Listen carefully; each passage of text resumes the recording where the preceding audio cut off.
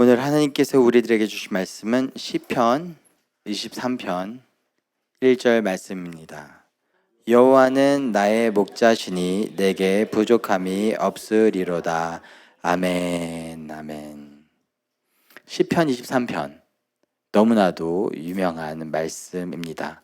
심지어 교회에 다니지 않는 사람들조차도 한 번씩은 들어봤을 법한 말씀입니다. 다윗은 이 시편 23편에서 뭐라고 고백하고 있나요? 다시 한번 오늘 본문 말씀을 함께 읽도록 하겠습니다. 여호와는 나의 목자시니 내게 부족함이 없으리로다. 아멘. 다윗은 무엇이라고 고백하나요? 나에게 부족함이 없으리로다. 아멘. 하나님, 저 충분합니다. 하나님, 저 충만합니다. 하나님, 저 더 이상 필요한 게 없습니다. 부족함이 없습니다. 라고 고백하고 있습니다. 너무나 멋있는 고백입니다. 이 고백이 여러분들의 고백이자 또 저의 고백이 되기를 소망합니다. 성경 말씀을 읽다 보면 또한 이런 다윗의 고백과 또 상충되는 그런 고백들이 있습니다. 학개 선지자가 이스라엘 백성들에게 나타날 현상에 대해서 다음과 같이 말합니다. 학개 1장 6절 말씀 함께 읽도록 하겠습니다. 너희가 많이 뿌릴지라도 수확이 적으며 먹을지라도 배부르지 못하며 마실지라도 흡족하지 못하며 입어도 따뜻하지 못하며 일꾼이 삭슬 받아도 그것을 구멍 뚫어진 전대에 넣음이 되느니라. 아멘. 뭐라고 말하나요? 이스라엘 백성들에게 어떠한 현상이 나타날 것이라고 말하나요? 너희가 많이 뿌려도 수확하는 것이 적고 아무리 먹어도 배부르지 못한 것 같고 막 마셨는데도 뭔가 흡족하지 못하고 옷을 입었는데도 따뜻한 느낌이 들지 못하고 일꾼이 삭슬 아무리 받아도 열심히 일해서 돈을 열심히 벌어도 아무리 구멍에 뚫어진 전대에 넣는 것과 같다. 즉 구멍난 지갑에 계속해서 돈을 넣는 것과 같다라고 말하고 있습니다. 구멍난 지갑에 돈을 계속 넣는다면 어떻게 될까요? 계속해서 흘러내립니다. 그럼 아무리 넣어도 이게 채워지나요? 채워지지 않는 겁니다. 분명히 조금 전에 넣었는데 또 없어지고 또 넣었는데 또 없어지는 것과 같습니다. 이렇게 다윗의 고백이 있고 학개 선지자가 말하는 이스라엘 백성들에게 나타날 삶의 고백이 있습니다. 우리들은 어떠한 삶을 고백하고 있습니까? 우리들의 입술에는 어떠한 고백이 담겨져 있습니까? 다윗의 고백처럼 하나님, 저 충분합니다. 저 부족함이 없습니다. 라고 고백하고 있습니까? 아니면 학개 선지자가 이스라엘 백성들에게 나타날 현상에 대해서 말했던 것처럼 우리들은 아무리 열심히 애쓰고 애써도 뭔가 계속해서 구멍난 지갑에 뭔가 쏟아붓는 것처럼 계속해서 뭔가 부족합니까? 하나님, 이번만요. 하나님 한 번만 더 도와주세요. 이번 한 번만 더 역사해 주시옵소서. 이번만 더 도와주세요. 라고 계속해서 구멍난 지갑에 돈을 넣고 있지는 않은가요? 우리들은 모두 다윗과 같은 고백을 해야 함을 알고 있습니다. 그럼에도 불구하고 왜 우리들은 다윗과 같은 고백을 하지 못하고 있는 것일까요? 그 힌트는 시편 23편 1절에 기록되어 있습니다. 다시 한번 시편 23편 1절 말씀 함께 있습니다.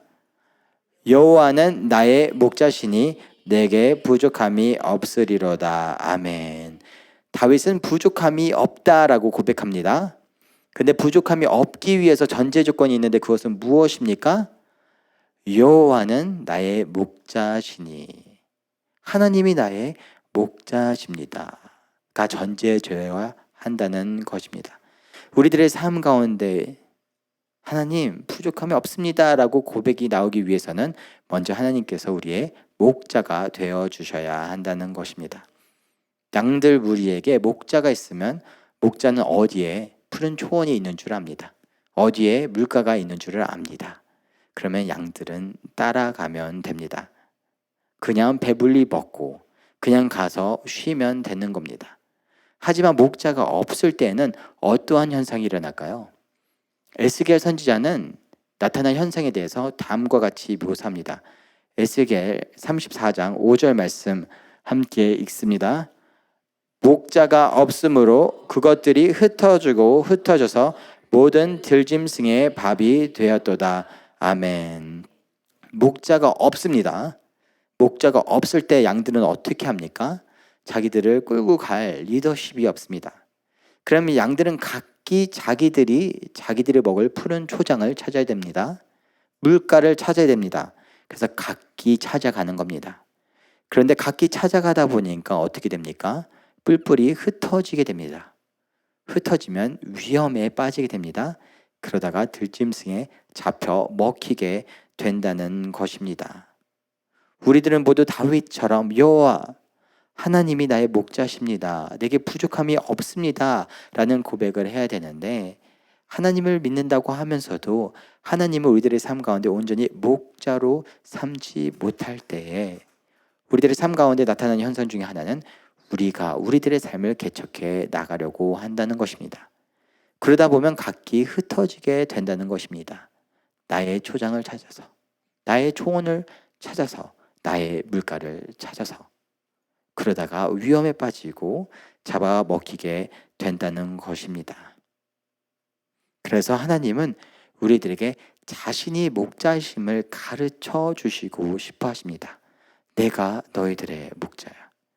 그것을 하나님께서는 우리들에게 어떻게 가르쳐 주실까요? 시편 78편 52절에 하나님께서 어떻게 우리들에게 그것을 훈련시키시는지 다음과 같이 기록되어 있습니다. 함께 읽습니다. 그가 자기 백성은 양같이 인도하여 내시고 광야에서 양떼같이 지도하셨도다. 아멘. 하나님께서 이스라엘 백성들을 어떻게 하셨어요? 양같이 인도하시고 양떼같이 지도하기 위해서 그들을 어디로 보내셨나요? 광야에서. 광야는 어디입니까? 하나님이 우리를 훈련시키는 자리입니다. 내가 너희들의 목자야. 내가 너희들의 목자야.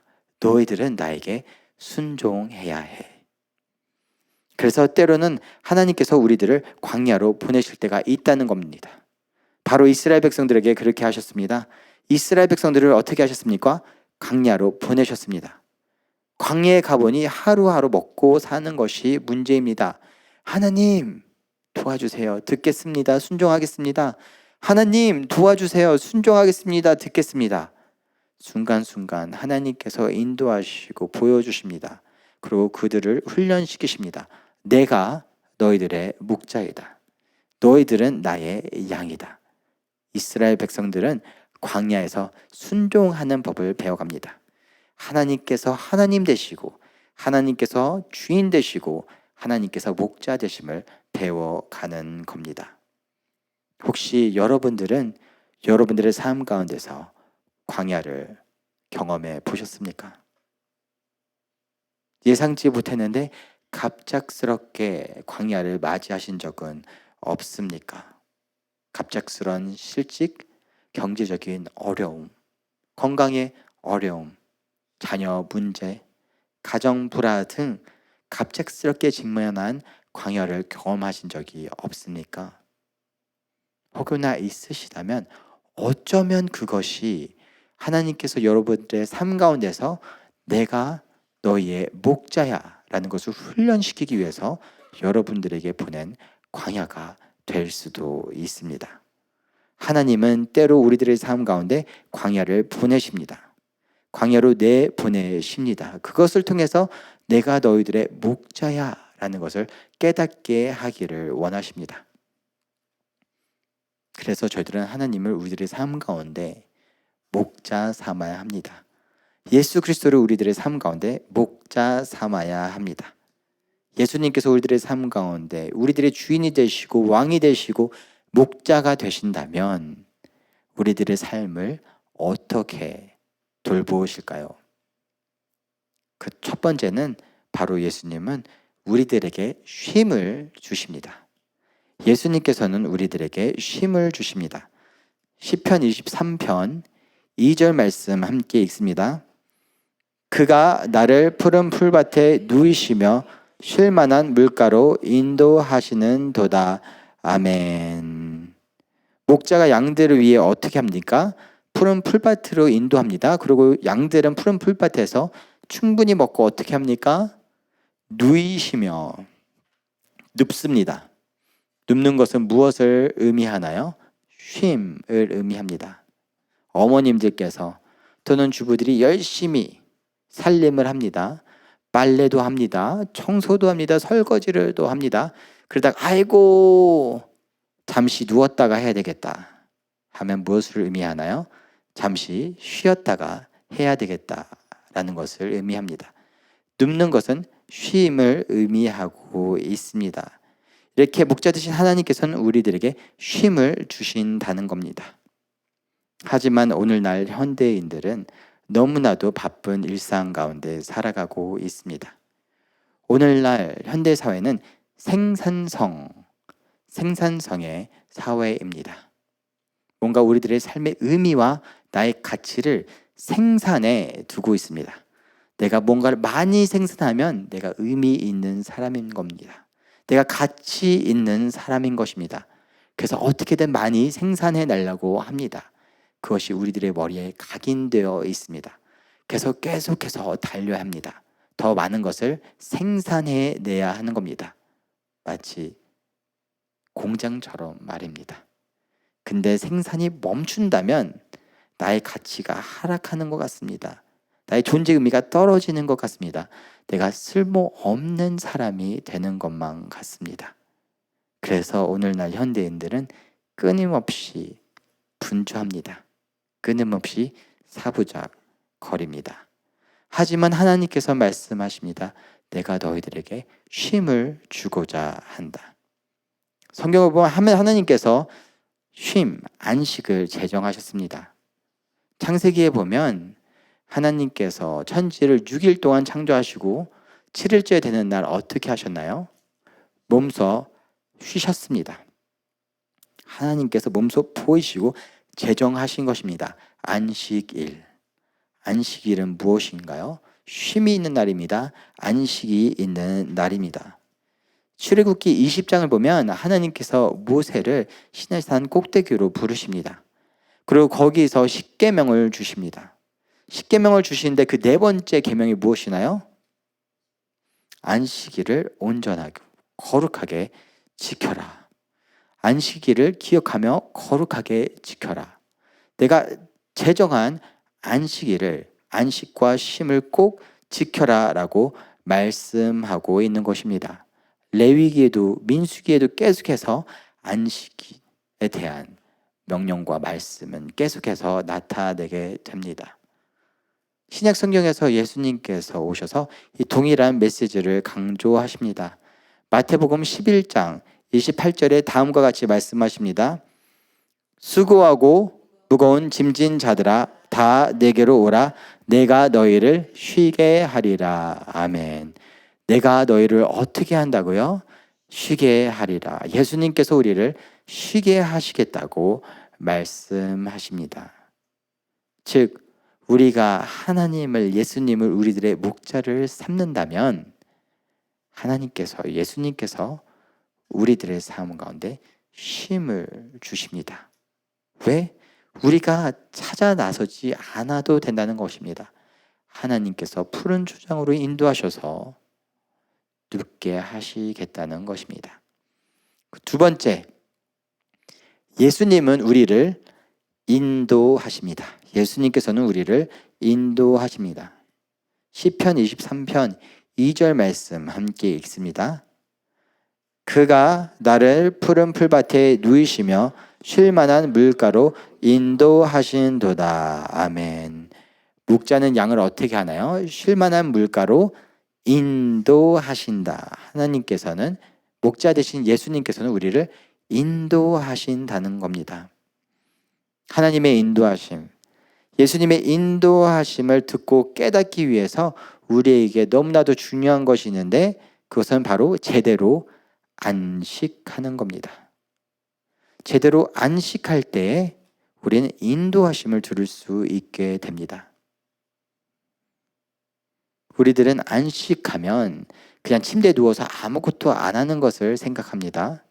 또는 하루 종일 밀린 넷플릭스 드라마를 보는 것을 생각합니다. 아무 생각 안 하는 것을 생각합니다. 아무것도 안 하는 것을 생각합니다. 하지만 하나님께서 말씀하시는 진정한 안식은 무엇입니까? 하나님께 나아오는 것입니다. 하나님께서 우리의 안식처가 되시기 때문입니다. 그래서 예수님께서 쉼을 주시겠다고 말씀하실 때 뭐라고 말씀하시나요? 수고하고 무거운 짐진 자들아 다 내게로 나아오라. 어딘가 떠나가서 침대에 누워서 넷플릭스 보면서 저 멀리 가서가 아니라 진정한 쉼과 안식은 어디 있어요? 내게로 나아오라. 하나님 품 안에 있는 것입니다. 예수님 품 안에 있는 것입니다. 그 품 안에서 온전한 안식을 누릴 때 힘이 생겨나 또 그 다음 인도하심으로 나아갈 수 있는 힘이 생기는 것입니다. 그 품 안에 거할 때 하나님의 음성이 들리고 다음 인도하심이 들리게 되는 것입니다. 하지만 제대로 된 안식을 취하지 못할 때 인도하심을 듣지 못하게 되기도 합니다. 푸른 초장에 눕게 하시겠다고 하는데 우리가 온전한 안식을 취하지 못할 때 푸른 초장에 눕는 것이 아니라 갑작스럽게 병원 침대에 눕게 될 때가 있다는 것입니다. 억지 안식. 멈춰, 스톱! 왜? 제대로 된 안식을 취할 법을 몰라서 하나님께서 억지 안식을 시키는 겁니다. 퓨. 우리들이 온전한 인도하심을 듣기 위해서는 하나님 앞에 나아가야 합니다. 예수님께로 나아가야 합니다. 거기에 하나님께서 말씀하신 제대로 된 안식이 있는 것입니다. 그렇다면 우리들이 예수님께 나아갈 때 예수님께서는 우리를 돌보십니다. 우리들의 영혼을 돌보십니다. 요한복음 6장 35절을 보면 예수님께서 다음과 같이 말씀하십니다. 함께 읽습니다. 예수께서 이르시되 나는 생명의 떡이니 내게 오는 자는 결코 줄이지 아니할 터이요 나를 믿는 자는 영원히 목마르지 아니하리라. 아멘. 예수님께서 뭐라고 말씀하시나요? 내가 생명의 떡이다. 내게 오는 자는 결코 줄이지 아니할 것이고 나를 믿는 자는 영원히 목마르지 아니할 것이다. 이 생명의 떡은 무엇을 상징하고 있나요? 영원한 생명, 구원을 의미하고 있습니다. 영원히 솟게 되는 것입니다. 영원히 다시 사는 것입니다. 영원히 눈뜨게 되는 것입니다. 새로운 생명을 얻게 되는 것입니다. 그래서 영원히 쉬게 되는 것이고 먹게 되는 것이고 갈증이 해소되는 것입니다. 예수님은 우리들에게 영적인 돌보심, 영적인 인도하심을 주십니다.